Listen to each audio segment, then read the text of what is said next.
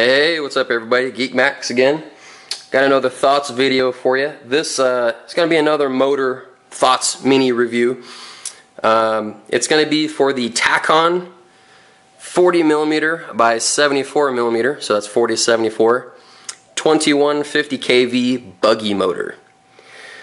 Pop my body off, show you what it looks like.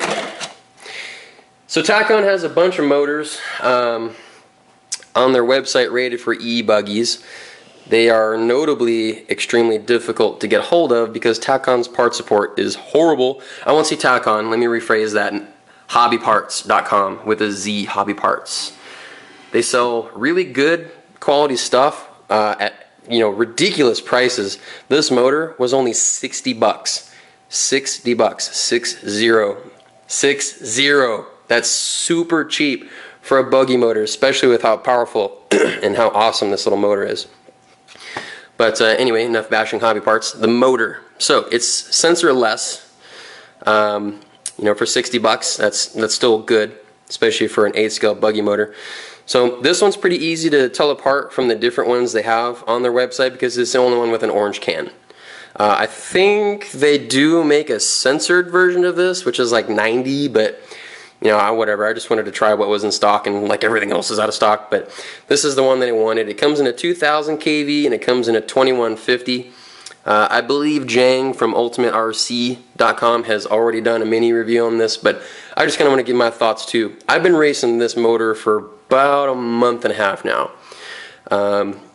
Yeah, it's awesome. Plain and simple. I'm running it on 4S. It is so crazy fast and crazy powerful. It smokes and keeps up with anything else on my track. The only thing that's preventing me from taking wins is my skill level with e-buggies. I'm pretty new to the e-buggy scene, and the guys at my track are extremely experienced. Well, at least the faster guys are. I'm pretty good. If I can come like 4th or 3rd, I'll be happy. Usually the guys that are top have been doing this for like 10 years or something like that. I've only been doing it for 2 months, if that. So, but anyway, as my first 8-scale motor, yeah, what can I say? 60 bucks, it hauls ass. Very, very, very powerful. I've driven other buggies. I've driven a Serpent. I've driven an X-Ray. I've driven an Associated with varying motors. I've seen the Reedy motor. I've seen the Tacon T8 motor. I've seen a Hobby Wing 1/8-scale motor, 2000 kV. And they're all pretty good, honestly, but the Tacon, this one here, is definitely the cheapest of the bunch at 60 bucks. I think the Hobby Wing is like 90. The Reedy is like 120, and of course the Tacons are like 160 or 170, something like that. Now, let me start by saying this: I don't think it's in the same quality range as the Tacon motors. I doubt it's rebuildable. I doubt I can find parts for it anywhere. But you know what? For 60 bucks, who gives a crap? It's super cheap. If it junks out, big deal.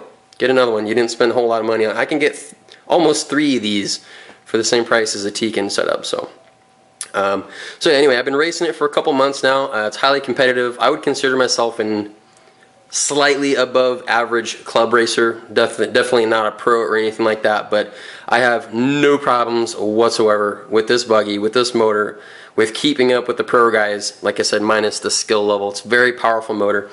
Couple things I did notice. The wiring is really stiff, and it's kind of hard to get them in a position that you want. If you have to bend it backwards or bend it up or something like that, they're real stiff.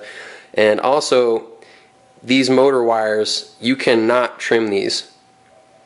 These are actually coming straight off of, what is it, I think the stator, I think. Don't quote me on that, that might be wrong.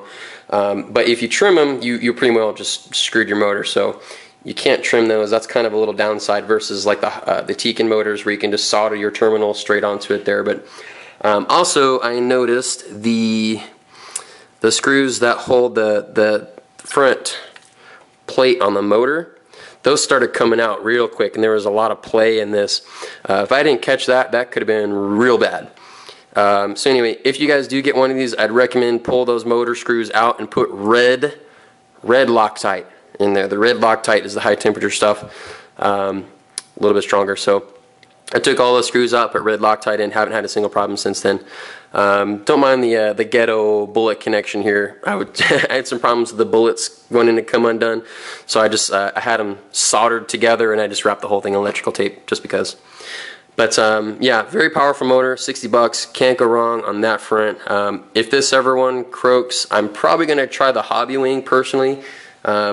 I haven't personally owned a Hobbywing motor, but I've driven them and they are super smooth, especially if you're running their speed control too. I've also got the Hobbywing 150 amp XE